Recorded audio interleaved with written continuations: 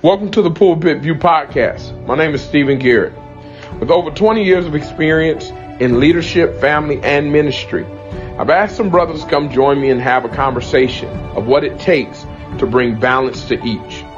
Why don't you join me on this journey? Let's go.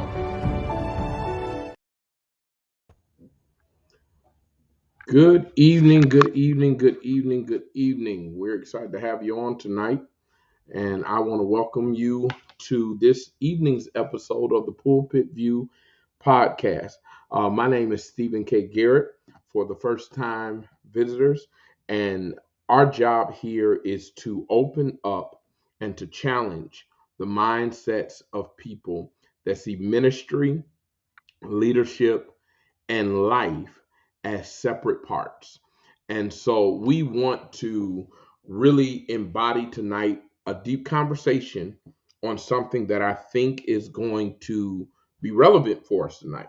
And that is the challenge that the martyr mindset in church leadership and call uh, older seasonal leaders into intentional mentorship, helping others grow rather than modeling this silent suffering as a badge of honor.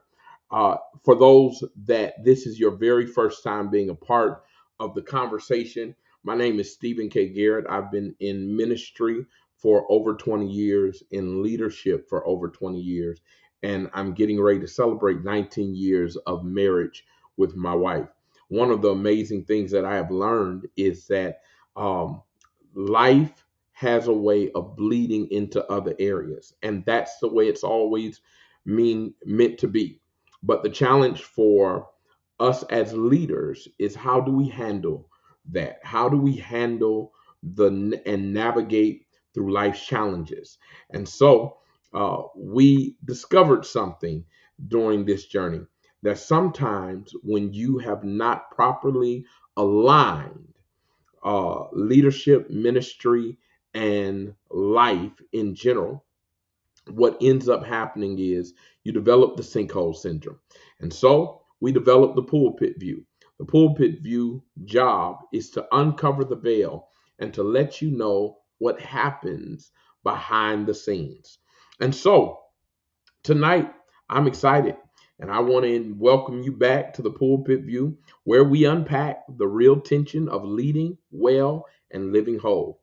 And as you know, I am an advocate for pastors, and I want you to understand it's not just burnout that is killing leaders. It's not just busyness. It's this dangerous idea that suffering silently makes you holy, that the more exhausted you are, isolated, overworked you are, the more faithful you must be. And I really want to help somebody tonight, because I believe tonight's a good time to dispel the myth that martyrdom means that you are closer to God. So let's get into it tonight. Somewhere along the way, we picked up this amazing belief that being tired all the time is some form of badge of honor. I don't know about you, but I grew up from an old saint. My former pastor, Joseph Edward King, who I still admire, I honor, even though he is now resting in the arms of the Lord. I remember some of the conversations we had, and I would hear the tiresome times of leading, and I felt that it was necessary to lead in broken places. I felt it was necessary to challenge those that were able to really successfully lead by leading like they led. And then I realized somewhere that the reason they led the way they led because they knew no other way. And the truth of the matter is, we are living in times that we need to change the approach. One of the very old sayings we used to say is, to serve this present age my calling to fulfill. And the truth of the matter is most of us, we are suffering, but we're suffering silently. We're suffering in a place, in a mentality that is not allowing us to adequately serve with passion and fervor. So tonight, here it is. We want to break this thing down. Paul David Tripp says in his book Dangerous Calling, you are not called to be the fourth member of the Trinity. And that shook me, y'all. I read this book, and as I was challenged in this, I realized that sometimes we are struggling because we are embodying more of being Christ than we are being like Christ. And so I want to help somebody tonight because I believe the way that we see this change, the way that we see this this convert is by making and executing plans to shift from old mentality. Here it is. Because let's be honest, some of us confuse boundaries with selfishness, and we pass that thinking down to the next generation, right? We pass that thinking down to the next generation. So I mentioned Pastor Joseph Edward King, a phenomenal pastor. And I remember when he was serving at Gospel Temple Missionary Baptist Church, 1800 Wyoming Avenue. Uh, his car was broken into, stolen. And there was a conversation that was had about getting him a new car. And several members just felt like that's not the church's place. He had served for 40 years. Uh, he was the largest tither in the church. He made sure he was there for everything. And here it is, the moment someone mentioned serving their pastor, uh, there was this outcry. And here's why I want to share that. Not because of the church, but because of him as the pastor. He said something that that challenged me. He said, I know what they should do, but that doesn't mean they have to do it. And I saw him come back that next Sunday, and he bought him a new car. And I saw the times that he was almost at burnout, not knowing what burnout was at that time, but he did it because he felt that was the responsibility of the pastor. That almost we had to die in service. I remember listening to old pastors tell the story of how they wanted to go to glory, and that was through preaching the gospel. They wanted to die in the pulpit, and man, I used to think that was a badge of honor. I used to say myself, if God took me out of here, I wanted to preach the most dynamic revival I could ever preach, or here it is. If anyone's ever watched The Notebook, I want to die like that. Well, can I tell you? I think I've changed my mind. I want to die serving, but I don't want to die suffering. I want to die serving. I want to give God my all, but I don't want to die suffering. And so here it is. We don't just preach sacrifice, we glorify it. And I think that's the issue, y'all. We glorify sacrifice. We are willing to give up our families. We are willing to lose our relationships.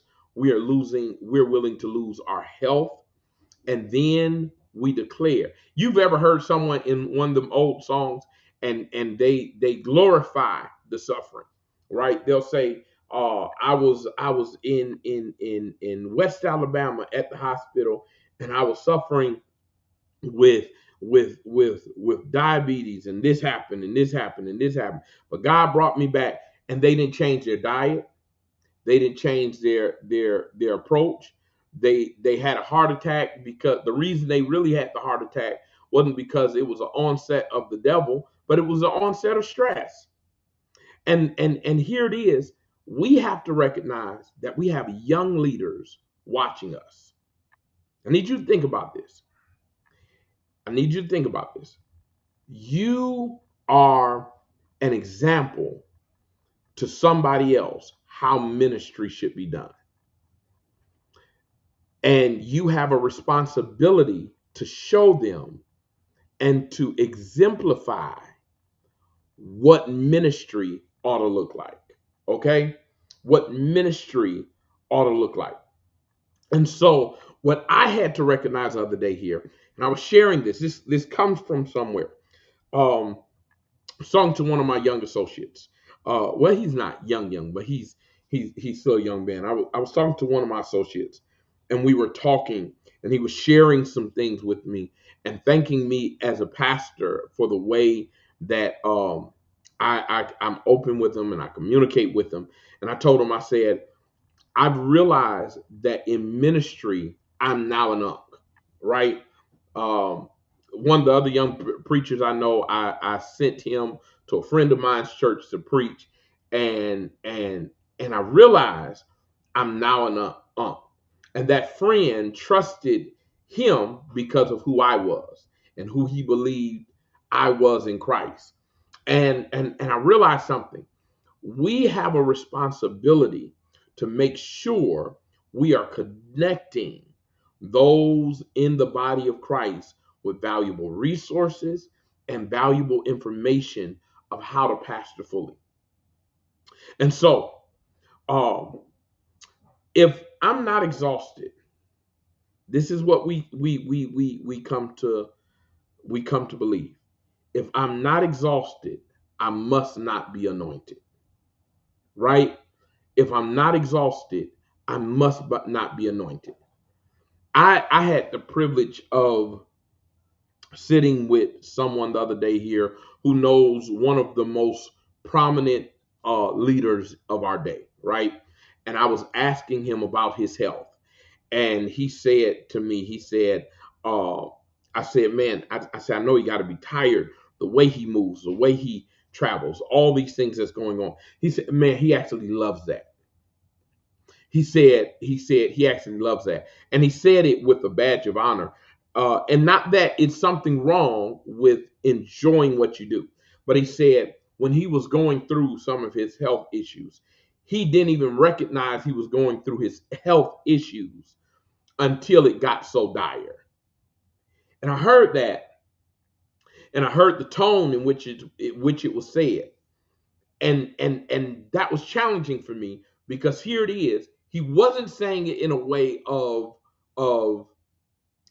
saying, man, he needs the rest. He was saying it in a way of honor. Like he didn't recognize he was sick because he was grinding so much, because he was working so much, because he was going after it the way he was going after it. And I want to challenge you tonight because one of the things that I think we are doing a disservice to the kingdom of God is and to the way that we are leading and to the way we are preaching and to the way we are pastoring is that we have become so focused on the grind that when the time comes for us to have longevity, we've ended our longevity because we focused on our grind. We can't do what we used to do anymore. Man, listen, I used to, and I'm still an energetic preacher. But as I started working out, I started noticing that I became more intentional about the way I preach, right? Uh, Still energetic, still believe to give God my all while I'm preaching. But I also want to be here for a while. Also want to be here for a while. So there are things that I care about that I tell other young preachers to care about now that I did not tell them before. And so, because we believe that if I'm not taking that after church nap, then did I really even preach? And the reality is, God can refresh you without you having to be torn down all the time. And the truth of the matter is, that's a toxic theology and it's killing the future church. Can I tell you one of the biggest struggles in the church today that I believe? This is Stephen Garrett's personal view. One of the biggest struggles I believe is in the church today is this, is that when we are looking at the church, when we are looking at leadership, there are so many there are so many churches that are looking for pastors before their time. And then there are so many young preachers that are unable to go to their pastor for guidance in leadership because they're no longer there. And so the Bible says that young men have visions and old men have dreams. It says that as we are young, that we are able to run and they're able to show us the way. Can I tell you the struggle? We are living in a generation that is lacking the bridge. Lacking the bridge. We don't even have mentorship in the way that we used to. And so, um, here it is. Here it is. I want you to understand your sacrifice shouldn't silence their voice. Your sacrifice shouldn't silence their voice. I was telling a story to my associate, and I'll share it with you. I'll share part of the story because I will never speak ill of pastors that's been in leadership, um, especially that have more years forgotten than I'll ever have in living. And so um, I was talking to this pastor, and someone told me because he preached all over the place, and I was young. I was just getting into the ministry, and I was asking not to preach at his church. I was asking, how do you become more involved? How do you get more preaching opportunities? How does this happen? Like, how do I use this gift that I have? I'm 16. I don't know nothing about, I don't come from a family of preachers. I don't have that connection. I don't know none of that. The only thing I know is that when my pastor would lean over and say, "Is there a word?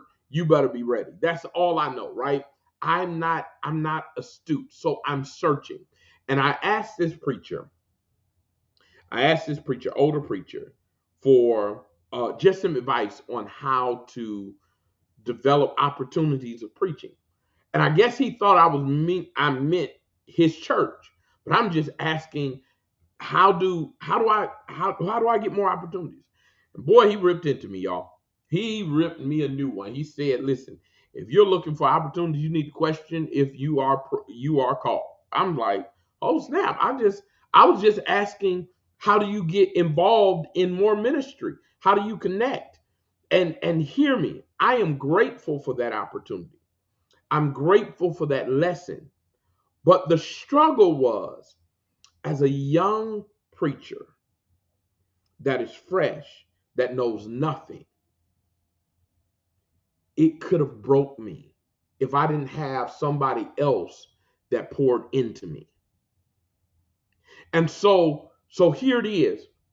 Well, I need you to understand, older leaders, I need you to hear me with this. You've carried the weight, you paid the price, but your ceiling should be the floor of someone else. I'll say that again. Your ceiling should be the floor of someone else. The reason God allowed you to go through it is so you could prevent somebody else from having to deal with it. I'm trying to help somebody. Here it is. Why do you say that, preacher? I know I was taught the same way.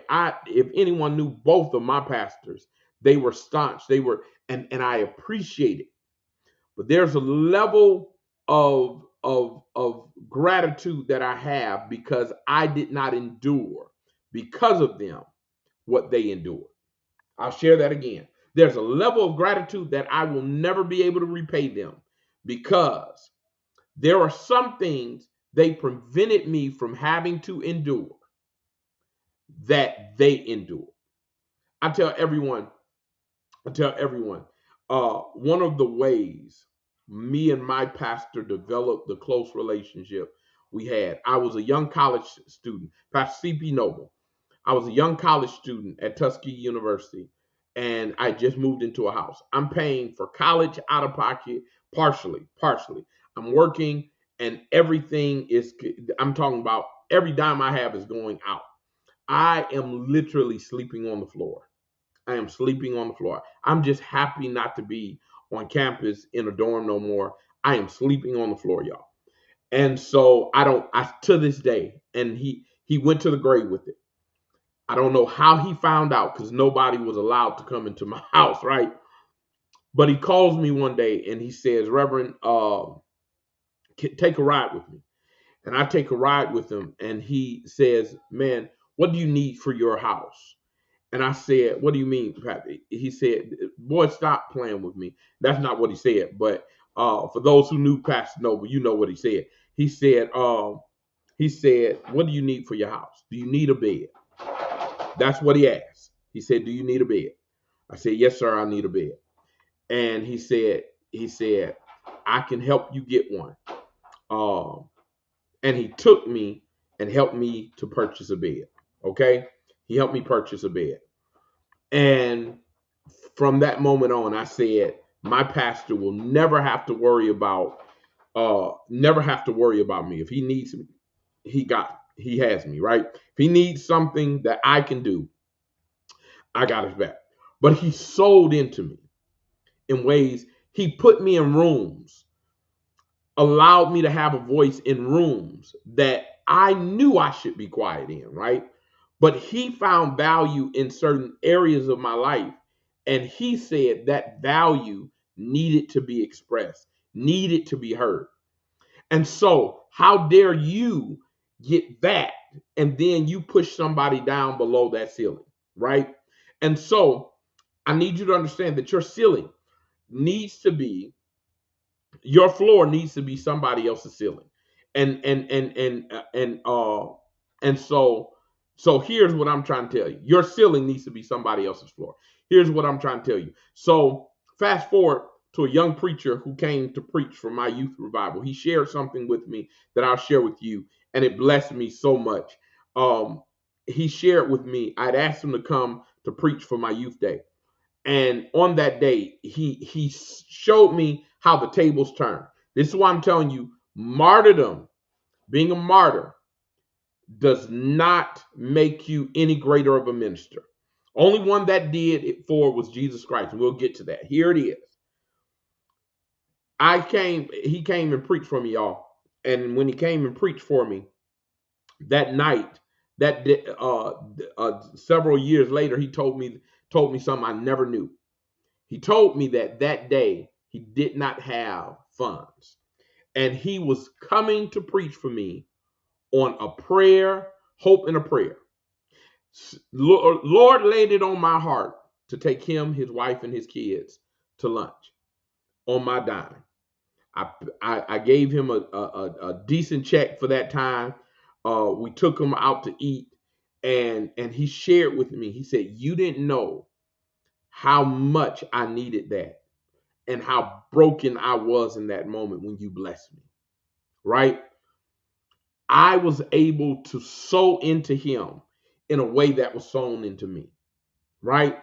What I'm sharing with you is, as a leader, your job is to elevate the expectation of the ones that you're mentoring.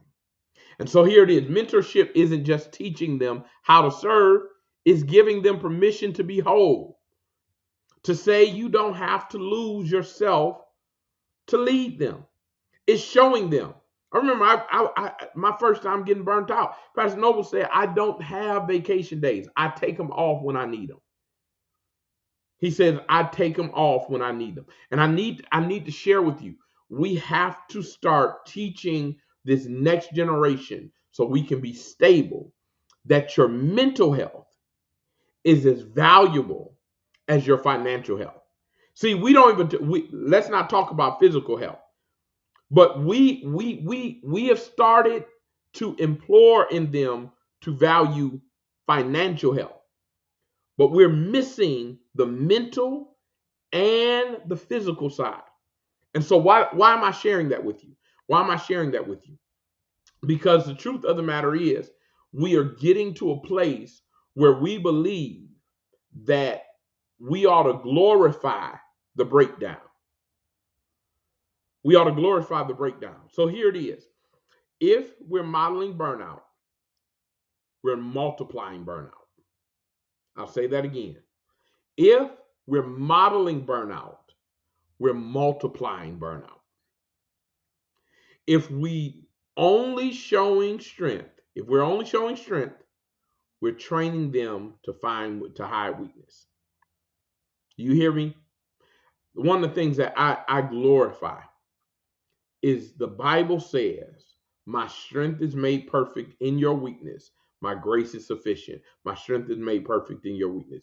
You don't get access to his strength until you recognize your weakness. I glorify that. That until you recognize what you cannot do, you will not experience what God can do. Okay? But here's the problem. We cannot continue to show those we lead that we always got it together when we know we don't.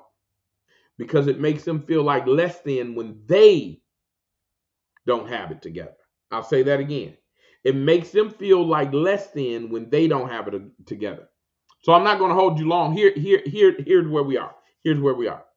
Psalms 145:4 says this: Old generation, one generation shall commend your works to another and shall declare your mighty acts.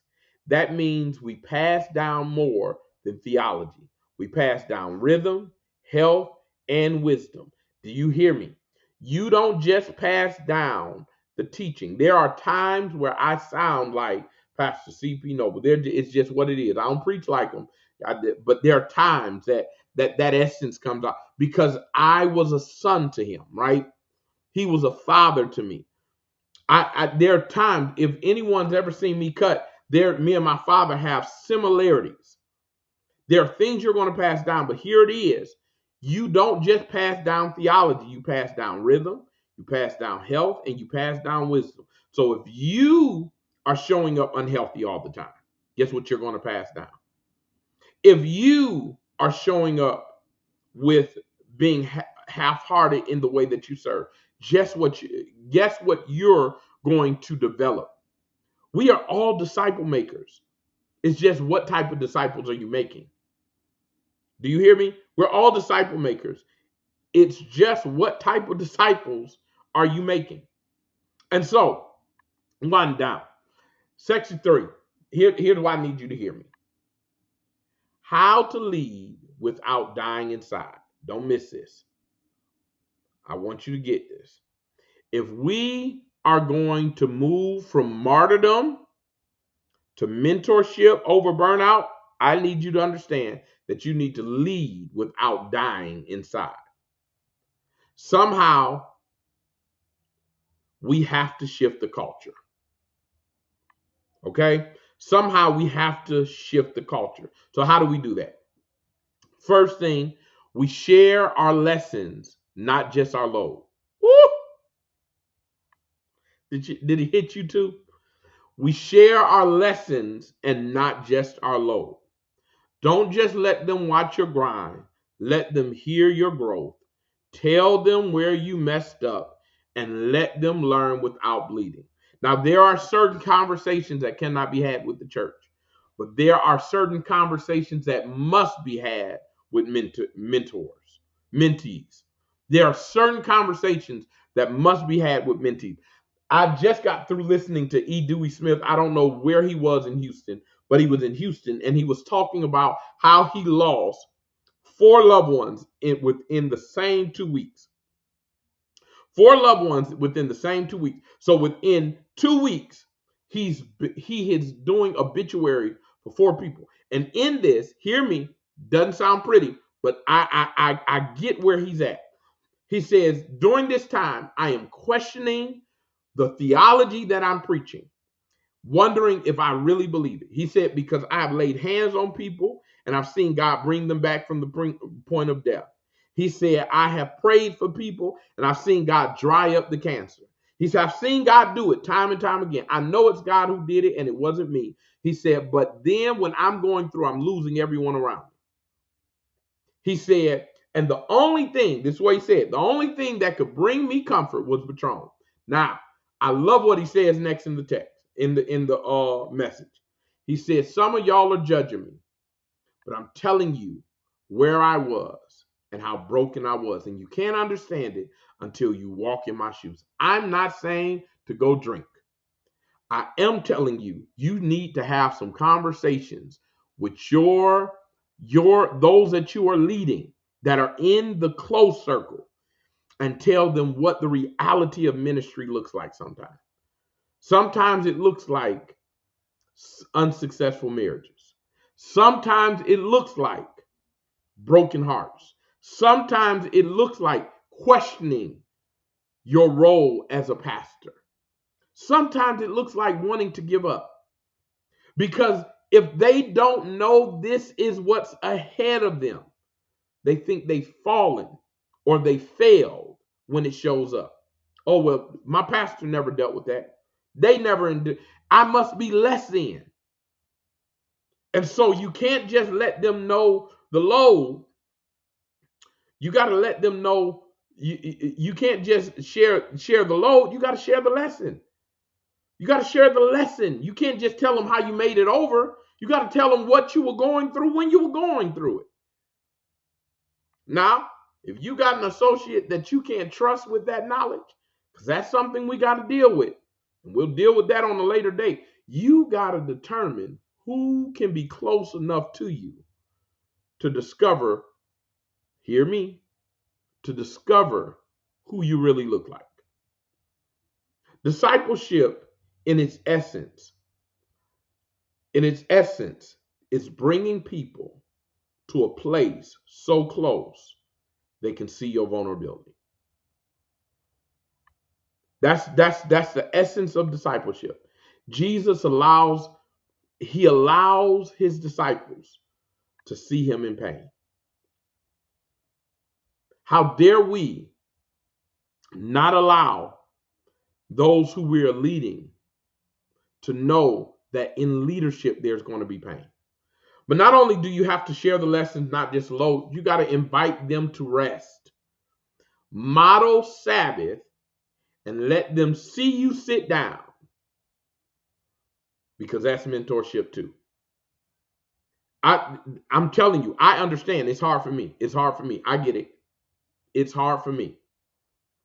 But people need to see you rest to realize it's okay to rest.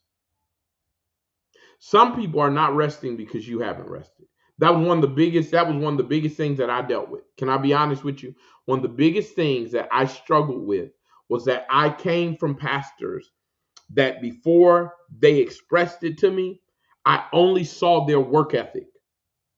I came from parents that had strong work ethic. So for me, if you're not working, if you're not grinding, what are you really even doing? Do you even want it? Do you desire it? There's still times, if I can be honest with you, that I beat myself up because I don't feel like I do enough. That's the vulnerable truth.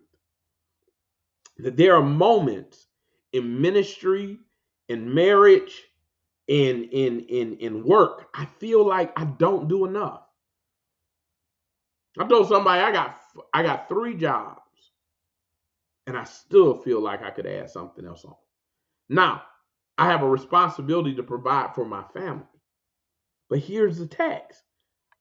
He will provide for you according to his riches and glory. Here's the problem. We have been so conditioned, so westernized to believe that everything is labor, that we don't experience the rest. And I need you to understand, the people you serve need to see you rest. Rest needs to be normalized. Because here's what happens. You teach them that you don't need it. Woo!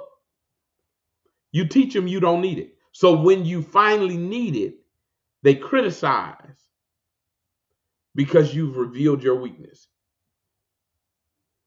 Every pastor in here who has not taken a vacation, who has not taken a Sunday off, who has not taken a moment to spend time, not with the church leaders, but with the Lord in a still small space, on a beach somewhere, on the mountaintop, you should have a conversation with your church and tell them I'm taking a week. You ain't got to take 2 weeks off. Take 1 week off. Take 1 week off. Take one Sunday off and spend it with the Lord. Here it is. Go to another church and just worship. Be in the audience.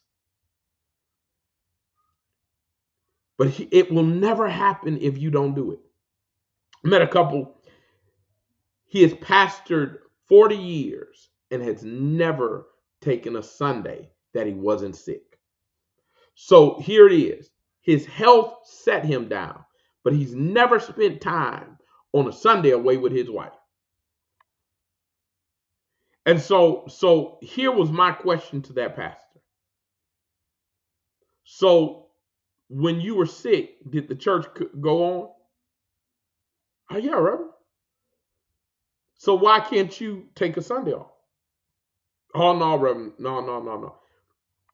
I'm not saying to leave the church uncared for. What I'm saying is trust that it's God's church and not yours. Because your unwillingness to step away is you saying that the church needs you more than they need God. Ooh, I'll leave that alone. So you got to model Sabbath. Third thing that I need you to understand, if we're going to move, if we're going to shift the culture, if we're going to lead without dying inside, I need you to speak life into their voice. This is how we move, how we recognize we're more than martyrs, and we mentor over burnout. Here it is. We have to start speaking life into those young leaders we have. Some young leaders are mimicking because no one told them they had a voice. I'll say it again. I told my associate, I remember under Pastor Joseph Edward King, and I needed it. I am not telling you I did not need it. I needed it in that season. Under Pastor Joseph Edward King, I remember I was sitting in a room, and several of the older associates said this to me, and my pastor, they shared this with me. I want to share this with you. They told me, listen, I didn't say nothing. I didn't ask no question, but just so I wouldn't, I sat down. They said, you don't know nothing, so don't say anything. That's what they told me off rip, right? You don't know nothing, so don't say anything. Just learn. And I needed it. Don't get me wrong. This is not a negative conversation because I didn't know anything. I was 16 years old. I didn't know nothing about leadership. I know nothing. But then after I started pastoring, I was married. I would remember going somewhere with Pastor Noble, and we sat down, and it was some preachers at the table, and he asked my opinion on it.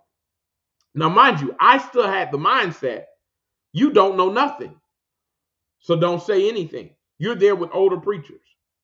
And when I got back in the car, he said, Reverend, he said, I see your marriage.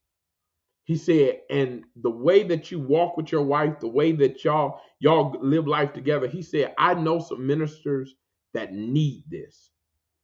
He said, the way you embody trying to do right, he said, I know some ministers that need this. This is what he's telling me. He said, don't be quiet when it's your opportunity to speak. Woo! And I need to tell somebody, I would have never had this platform. I would have never had this voice. I would have never sat in front of rooms of pastors, sharing with them ways to pivot. I would have never been in rooms where other leaders were talking about ways to navigate through culture. If I had not had somebody sow back into me, your voice matters. So now I try. That's one thing that you'll see me whenever I can to lift a young preacher up. For one single reason, someone lifted me up. Someone shared with me I could do it. And I know you're getting enough, you can't.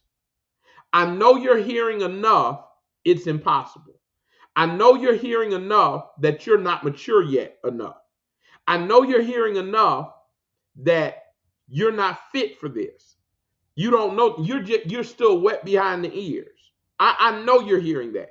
So let me be the voice that says, I believe that God can use you for this. I believe that idea will work. I believe it's possible. I believe it's capable. One of the reasons that I rarely say no to my young people is because I would prefer you try and you have to try again because it failed the way you wanted it to fail, because I believe failure is necessary, than for you not to try at all. And when you fail at it, because failure is going to happen, when you fail at it, I want to tell you, hey, let's see how we can re-look at this thing, re-examine this thing, and see how you can win next time. What could you have done differently? What could you have been better at this time? That's my heart, because I believe we have a responsibility to speak life into their voice. Because the truth of the matter is, they're mimicking us because no one told them they had a voice. Don't just give them tasks, give them permission. Mentorship is about cloning. It's not about cloning, it's about cultivating. Hear me. It's not about cloning, it's about cultivating. And many of us, we're trying to create clones. But the truth of the matter is, we're trying to cultivate good soil. We're trying to cultivate a great harvest. And some of us are struggling because we have young folk, we have young preachers, we have young ministers, we have young leaders, we have young students, we have other church members, we have people within our organizations that we're trying to clone. And I want to tell you this. One of my most liked texts is when God comes to Joshua, and says, Joshua, my servant Moses is dead. And I like it because it's a peculiar text, right? Here's the peculiarness in the text. Joshua was he was a soldier, right? Moses has never been a soldier. He knew how to fight, but he wasn't a soldier. But the one that God chooses is not Moses' son. It's someone who walked close enough to Moses, but operated differently than Moses. And here it is, because God doesn't need another Moses to take them into a promised land. He needs a Joshua. I'll say that again because you might have missed it. He doesn't need another Moses to take them into the promised land. He needs a Joshua. And some of us are trying to cultivate new Moseses, when the reality is God needs a Joshua. And so it's cultivating an environment that the wealth that God has poured into them can flourish and can produce. Here's the last thing and I'm done. You're not weak. You're not weak for needing help. You're not weak for needing help. What do you mean, preacher? You're not weak for needing help. What it is you're human. Some of us avoid mentoring because deep down we feel guilty that we didn't get it ourselves. Some of us avoid mentoring because we feel like we still got work to do ourselves. Some of us avoid speaking on something because we're still struggling with it ourselves. And I want you to understand, this is not the place where you grind harder. This is not the place where you stay silent and secretly wish someone had pulled you aside and had the conversation. But here it is. This is a place that you dive deep and you invest in that person. What you didn't get, you can give. You don't have to bleed alone to be valid. I'll say it again. You don't have to bleed alone to be valid. I've always told young preachers that I've had the privilege of that they even care to hear what I have to say. You need 3 types of people in your life. That is this: someone you can lean on, someone you can learn from, and someone you can lead. Someone you can lean on is someone who is going through the struggle with you, but they understand it enough that here it is. When you're broken, you can lean on them and seek some strength. You got to have somebody you can learn from, someone who has made it through that situation. And they can give you guidance on your way out. But then you got to have someone you can lead. Because here's the problem with many of us. When we make it through, we don't leave breadcrumbs for anyone else to get out. And you have a responsibility not to let your struggle, the lessons you've learned, die with you. Romans 12:3 says this: do not think of yourself more highly than you ought, but rather think of yourself with sober judgment. That's not shame, it's clarity. You're not God, you're a steward. And the goal is multiplication, not martyrdom. So here it is, family. We need to be better models. We need to stop wearing burnout like a crown, because the truth of the matter is, it's too heavy for your head. And we need seasoned voices who are willing to say, let me help you find your voice without losing your soul. Let me walk with you on this journey. Let me be the person that you can cry privately to, but I'll publicly celebrate you. That's what we need in this season. This week, if you're a senior leader, call someone younger. This is what I'm asking you. Call someone younger. If you've pastored enough, you've worked in ministry, you've worked in reform, you've worked in the areas that others are trying to get to. Call someone younger. Ask how they're really doing. Speak life. Offer wisdom. Don't wait to be perfect. Just be present. And here it is. Don't wait for them to seek you. Go seek them. And if you're younger, don't be afraid to ask. There's gold in your leaders, but don't mirror their martyrdom. Mirror their faith and grow in freedom. The truth of the matter is, most of us struggle in this area because we've developed a mindset that's unwilling to ask for help or to say I'm in need. We're worried about who's going to share the story, who's going to let go and let people know that I'm vulnerable and I'm human. And if you're the one who's been hurt that's listening to this, you're saying, I hear everything you're saying. I want to speak to that person right now. The person who's saying, I hear everything you're saying, but I've been broken before by my leader. Or I've been broken before by my mentee. I let them in too close. They shared areas of my life that I was still working on. I was still praying about. They thought it was their place to reveal my brokenness. If you're that person who kept others' mess quiet, but they publicly shamed you, I want to tell you tonight, you're not by yourself. And that's not the end of your story. And that's not the culmination of everyone that's been in your life. But God has taught you a lesson that you need to value, and to ask him for discernment for who to bring into your life next. Ask him to guide you on who you can share. Can I share this? I know I've already went longer than I thought I was going to go, but can I share this with you? How do you find that person? Now, I would love to work with you. My heart desire is to help every pastor that I can, every leader that I can, not just find their voice, but find their place of balance, how they can prioritize their private life with their public responsibilities. That's my desire. But I want to give you some ways of doing it. Here's what I want you to do.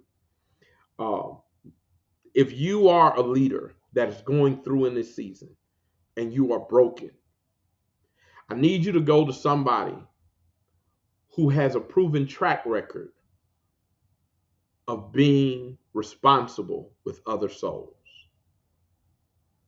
I need you to ask God to reveal to you the person that is willing to seek you out to care that you're not always seeking.